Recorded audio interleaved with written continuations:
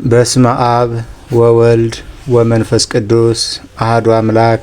የተከበራችሁ የተወደዳችሁ የሥርዓተ ቤተ ክርስቲያን ቲዩብ ተከታታዮች በሙሉ ባወደደን ባፈቀረን ለዚህ ሰዓት ባደረሰን በልዑል እግዚአብሔር ፍጹም ሰላም እላችኋለሁ። እንደምን ቆያችሁ? እግዚአብሔር የተመሰገነ ይሁን። እኔ ደህና ነኝ። ዛሬ ደግሞ ይዤላችሁ የመጣው ጾምን እንዴት አድርገን የበረከት ጾም መጾም እንችላለን የሚለውን የምንወያይ ይሆናል። አብራችሁን ቆዩ። ጾማችን የበረከት እንጂ የድካም ብቻ እንዳይሆን ምን እናደርግ? ጾማችን ጾመን በረከት ለማግኘት ድካም ብቻ እንዳይሆንብን ጾመን በረከት ለማግኘት ምን እናድርግ የሚለውን የምንወያይ ይሆናል። አብራችሁን ቆዩ። የመጀመሪያው ግብዝነት ነው። ለሰው መታየት ማለት ነው። ግብዝነት ማለት ለሰው መታየት፣ በቃ ሰው ይየኝ አለ ማለት ነው። ግብዝነትን ከኛ ስናርቅ ነው።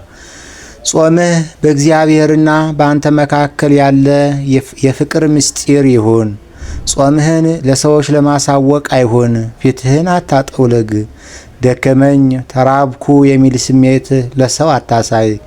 ለሰው ብለህ ብትጾም ዋጋህ እዚሁ ምድር ላይ ይቀራል። ስለዚህ ጾመው የምንጸልየው በሙሉ ከግብዝነት የጸዳ ከግብዝነት የወጣ ጾም ሊሆን ይገባን። በቃ ለሰዎች ለማሳወቅ መጾም የለብንም። ደከመኝ ተራብኩ የሚል ስሜትን ማሳየት የለብንም። እንደዛም ይሆን ከሆነ ጾማችን እዚሁ ምድር ላይ እንደሚቀር ነው የሚናገረው። እዚህ ጋር ሚስጥር ብሎ ያስቀምጠዋል።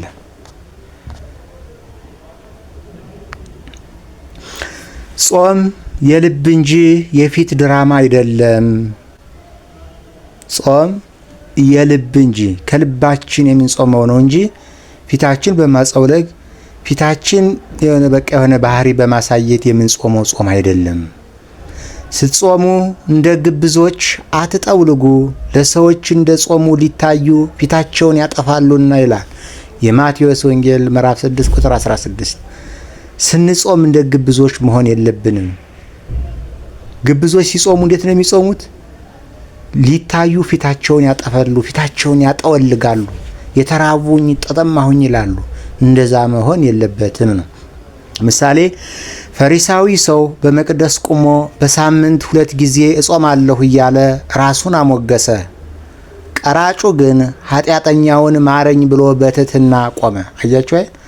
ፈሪሳዊው በመቅደስ ቆሞ በሳምንት 2 ጊዜ እጾማለሁ እያለ ራሱን አሞገሰ። ቀራጩ ደግሞ ኃጢአተኛውን ማረኝ ብሎ በትህትና ቆመ። እንግዲህ እዩት። የጸደቀውና ዋጋ ያገኘው ግን ትሁቱ ቀራጭ ነበረ። ኃጢአተኛ ነኝ ማረኝ ስላለ ዋጋ አገኘ፣ ሰማያዊ ክብር አገኘ። ይሄ ግን እኔ በሳምንት 2 ጊዜ ጾማለሁ እያለ ራሱን እያሞገሰ ልካሙ ጾሙ ልፋቱ ምድር ላይ ይቀራል ማለት ነው። ስለዚህ ምድር ላይ እንዳይቀርብን እንደ ግብዞች መሆን የለብንም ማለት ነው። ሁለተኛ መንፈሳዊ ኩራት የሌለው። ምንም መንፈሳዊ ኩራት አያስፈልግም። ስለ ጾምህ ጻድቅ ስላልጾመው ወንድምህ ደግሞ ኃጢአተኛ አድርገህ አትፍረድ።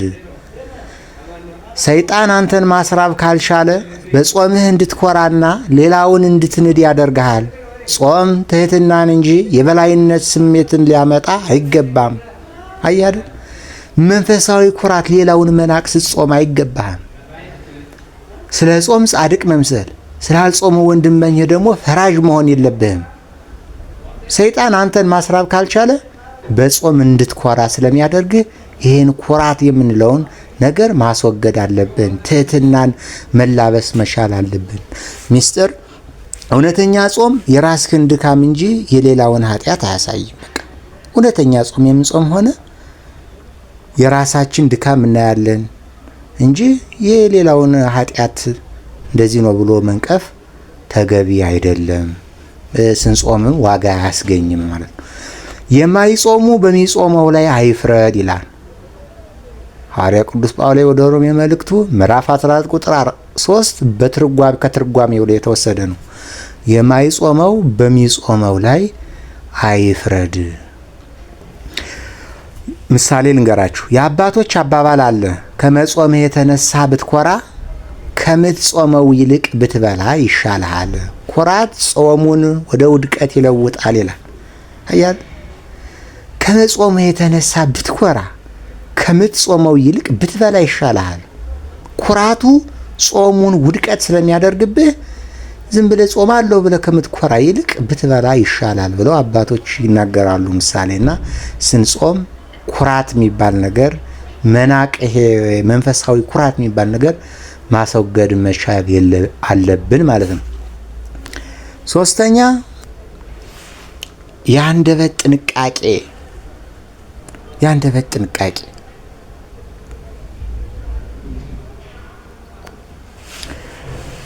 የአንደበት ጥንቃቄ ሐሜትና ክፉ ንግግር ማስወገድ አለብን። ሰውን ማባት፣ የወንድምን ስጋ መብላት የለብንም። የባልንጀራችንን ክፉ ነገር፣ የባልንጀራችን በጎ ነገር ሰው ማማት፣ ይሄ ማስወገድ መቻል አለብን። ስጋን ትቶ ነፍስን ወይም ወንድምን መብላት ጾምን ከንቱ ያደርጋል። አያል ስጋን መብላት ነው እንጂ የወንድምህን ሐሜት፣ ወንድምን ሲባል ባልንጀራን ሁሉን ነው፣ የባልንጀራህን ነገር በቃ ሁሉን ነገር፣ ይሄ ሐሜት ክፉ ነገር ወይም ያን ማድረግ ነገር ለማለት እዚህ ታች ላይ እናገኘዋለን። ስጋን ትቶ ነፍስን ወንድምን መብላት ጾምን ከንቱ ያደርጋል። የእንስሳትን ተዋጽኦ ስጋ ወተት ትተህ የወንድምህን ስጋ በሐሜት የምትበላ ከሆነ ጾምህ ትርጉም የለውም። የባልንጀራህን ሰው የሆነውን በሙሉ የሱን ሐሜት መብላት ሳይሆን ጾምህን መጾም ነው።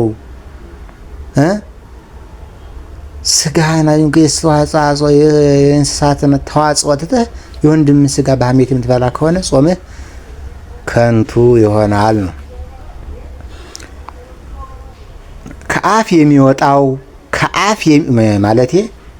ከአፍ የሚገባው ስጋን ያደክማል እንጂ ሰውን አያረክስም።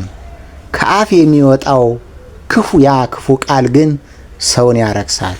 አያችሁ፣ ከአፍ የሚገባው ምግብ ስጋን ያደክማል፣ ሰውን አያረክስም። ወደ አፍ የሚገባ ነገር ስጋህን ያደክመሃል፣ ሰውን ከአፍ የሚወጣው ክፉ ቃል፣ ያ የአንደበት ጥንቃቄ የሌለው ንግግር፣ ሐሜት፣ ክፉ ንግግር ሰውን ያረክሳል ይላል። ይሄ መጽሐፍ ቅዱሳዊ የማቴዎስ ወንጌል ላይ የምናገኘው። ጾምህ ሆድን ብቻ ሳይሆን አንደበትን መገደብ ነው። መጾም ሲባል ብቻ በሆድ መከልከል ማለት አይደለም። መጾም ሲባል አንደበትን መገደብ ነው። የማቴዎስ ወንጌል ምዕራፍ 15 ቁጥር 11 ላይ ወደ አፍ የሚገባ ሰውን አያረክሰውም፣ ከአፍ የሚወጣው ግን ሰውን ያረክሰዋል ይላል። ቅድም የነገርኳቸው ነው። ወደ አፍ የሚገባው ምግብ ሰውን ያረክሳል እንዴ? ምግብ ሰውን ያረክሳል? አያረክስም መቼም። ከአፍ የሚወጣው ክፉ ንግግር፣ ክፉ ቃል፣ መጥፎ አስተሳሰቦች በሙሉ ግን ሰውን ያረክሰዋል ይላል። ስለዚህ ነው ምሳሌ ልንገራችሁ። አንድ መነኩሴ በጾም ወቅት ወንድሙን ሲያማ አበምኔቱ ወይም የገዳም አለቃ ማለት ነው። አበምኔቱ አባት ልጄ ሆይ ስጋ በልተህ ቢሆን ይሻልህ ነበር አሉት። አያችሁ አይደል? እንግዲህ በጾም ወቅት ወንድሙን ሲያማ ነው። አበምኔቱ ሲሰማና ምን አለው? ልጄ ሆይ ስጋ በልተህ ቢሆን ይሻልህ ነበር አሉት። ይህ ማለት ሰውን ማማት ስጋ ከመብላት በላይ ኃጢአት ነው። ሰውን ማለት በጣም ኃጢአት እንደሆነ የሚነገር ምሳሌ ነው ማለት ነው። ሌላው መጠነኛ ምግብ ወይም ከርሳ አምልኮን መጥላት፣ ይሄን ሁሉ ማስወገድ መቻል አለብን ጎበዝ ስንጾም። ጾም ማለት ሆድን በንጹህ ምግብ መሙላት ሳይሆን ስጋን ለነፍስ ማስገዛት ነው። አያችሁ አይደል? መጾም ሲባል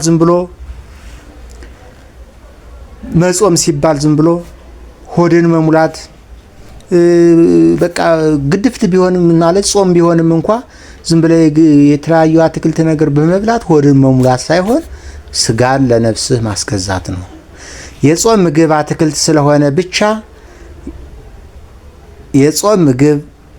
ስለሆነ ብቻ ያለ ልክ መብላት ጾምን የምግብ ለውጥ ብቻ ያደርገዋል። አያችሁ፣ ጾም ስለሆነ ብለህ የአትክልት ምግብ የተለያዩ የጾም ምግቦችን ልክ በላይ መብላት የምግብ ለውጥ ነው እንጂ ምንም ጾም አይባልም። ጾም ዓላማው ስጋን ማድከም እንጂ በጾም ስም ሆድን በምርጥ ምግቦች ማወፈር አይደለም።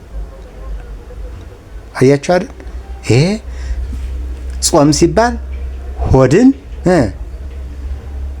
በምርጥ ምግቦች ማወፈር ሳይሆን ስጋን ማድከም ነው ዋና ዓላማው። ጾሙ የምግብ ለውጥ ብቻ አይደለም፣ ስጋን ለነፍስ ማስገዛት ነው።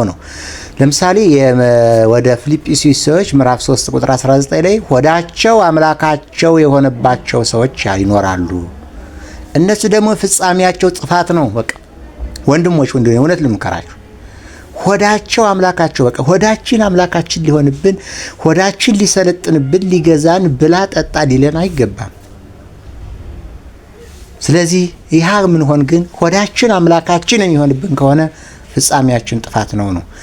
ምሳሌ ቅዱሳን አባቶቻችን በጾም ወቅት የሚበሉት ለሕይወት መቆያ ያህል ብቻ ነበር። ይህ መንፈሳዊ ጥንካሬና ብሩህ አእምሮ ይሰጥቷቸዋል ነው። ስለዚህ ይህ አባቶች በጾም ወቅት የሚበሉት ለሕይወት ማቆያ ብቻ እንደነበር ነው። ተስፋ አለመቁረጥ ነው። ጽናት፣ ተስፋ አለመቁረጥ ነው። በቃ ምንም የክርስቲያን ልጅ ተስፋ መቁረጥ የለበትም። እነሳለሁ፣ ይወድቃል፣ ይነሳለህ፣ ትወድቃለህ። በቃ ሰው ነህ። በቃ ስለዚህ ተስፋ መቁረጥ ተገቢ አይደለም። ብትወድቅ እንኳ ተነስተህ ጾምህን ቀጥል። እግዚአብሔር ጥረትህን እንጂ ድክመትህን ብቻ አይመለከትም። እግዚአብሔርም ጾምህን ወድቀሃል አይደለ? በቃ ተነስተህ ጾምህን ቀጥል። በቃ ተሳስቻለሁ፣ ወድቄያለሁ፣ ጾም አልጾምኩም ብለህ ይሄን እያሻሻል መብላት አይደለም። አዎ በድያለሁ ብለህ ንስሐ ገብተህ መቀጠል ነው። በጾም መካከል በድካም በህመም ወይም በፈተና ብትሰናከል ጾሜ ተበላሸ ብለህ ተስፋ አትቁረጥ። ሰይጣን ተስፋ በማስቆረጥ ከበረከቱ ሊያስወጣህ ይፈልጋል። ስለዚህ በድካም በህመም በፈተና በተለያየ ምክንያቶች ጾሜ ተበላሸ ብለህ ተስፋ መቁረጥ የለብህም። ይሄ ሰይጣን ተስፋ ስለሚያስቆርጥ ይሄ ሰይጣን አስተሳሰብ ነውና ንስሐ እየገባህ መቀጠል ነው። ስለዚህ ወዲያው ንስሐ ገብተህ ጾምህን በጽናት ቀጥል ነው። ስለዚህ ንስሐ እየገባን መጾም አለብን። ተስፋ መቁረጥ የለብንም። አንድ ጊዜ በድያለሁ ብሎ ድጋሚ መበደል አይደለም። ይሄን ስለበደልኸው በደል ንስሐ ገብተህ መቀጠል ነው። ጽናት የድል አክሊል ባለቤት ያደርጋል። መጽናት ነው። መጽሐፈ ምሳሌ ምዕራፍ 24 ቁጥር 16 ጻድቅ 7 ጊዜ ይወድቃልና ይነሳማል።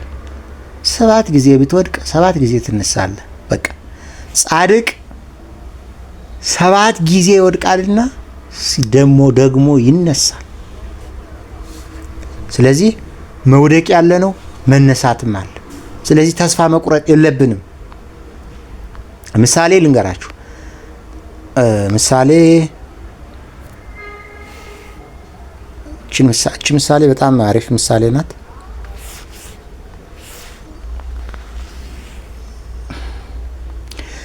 አንድ ተራራ የሚወጣ ሰው መንገድ ላይ ቢንሸራተት ተመልሶ ወደ ታች አይወርድም። ይልቁንም ተነስቶ አቧራውን አራግፎ ጉዞውን ይቀጥላል። አንተም በጾም ጉዞህ ላይ ድክመት ቢገጥምህ ተነስና ጉዞህን ቀጥል። አያችሁ፣ አንድ ሰው ለምሳሌ ቤቱ ተራራ ላይ ቢሆንና ወደ ተራራ እየወጣ ሳለ አንሸራቶት ቢወድቅ ዙሮ አይመለስም። ያኔ አቧራ የሆነውን ፓርት አራግፎ መንገዱን ይቀጥላል። እኛም ደግሞ እየጾምንም ሳለ የሆነ መሰናክል መጥቶብን አጋጣሚ ሊሆን ይችላል። የሆነ መሰናክል የሆነ ችግር ገጥሞን ጾምን ብናቋርጥ ንስሐ ገብተን መቀጠል ነው። ያ ሰውዬ አራግፎ ልብሱን አራግፎ ቆሻሻውን አራግፎ ዙሮ ተነስቶ እንደሄደ እኛም ደግሞ ኃጢአታችን ንስሐችንን ገብተን ደግሞ ዙረን መጾም አለብን። በዛው አይደለም፣ ጽናት ያስፈልጋል ክርስቲያኖች በሙሉ። ስለዚህ ይሄን ይመስላል ዛሬ ይዤላችሁ የመጣሁትኝ። ያው እንግዲህ ጾም የበረከት ጾም እንዲሆን ምን እናድርግ በሚለው የተወያየን ይመስለኛል። ስለዚህ ስንጾም ከግብዝነት ለሰው ከመታየት የራቀ ጾም መጾም እንዳለብን፣ ኩራት፣ መንፈሳዊ የሆነ ኩራት፣ ሌላውን መናቅ፣ ትዕቢት ማስወገድ እንዳለብን፣ ክፉ ነገር፣ ሐሜት፣ ንግግር፣ የአንደበት ጥንቃቄ ሊኖረን እንደሚገባ፣ መጠነኛ ምግብ ጾም መጾም ማለት ሆድን በተያሉ በጾም ምግቦች መሙላት ሳይሆን ስጋ ለነፍስ ማስገዛት ነው። መጠነኛ ምግብ መመገብ ለህይወት ማቆያ የሚሆን፣ ተስፋ ለመቁረጥ ጽናት መኖር። አንዴ ጾም የተበላሽቶብኛልና በቃ ብለህ በዛው መቀጠል ሳይሆን ተነስተህ ንስሐ ገብተህ መቀጠል እንዳለብን ተወያይተናል። ስለዚህ ይህን ሁሉ የምናደርግ ከሆነ ጾማችን የበረከት ጾም ይሆናል። ድካም ብቻ አይደለም፣ እዚህ ምድር ላይ የሚቀር ጾም ሳይሆን ሰማያዊ ክብር የምናገኝበት ጾም ይሆናል። ስላዳመጣችሁኝ አመሰግናለሁ። ወስብሐት ለእግዚአብሔር ወለወላዲቱ ድንግል ወለመስቀሉ ክቡር። ይቆየ።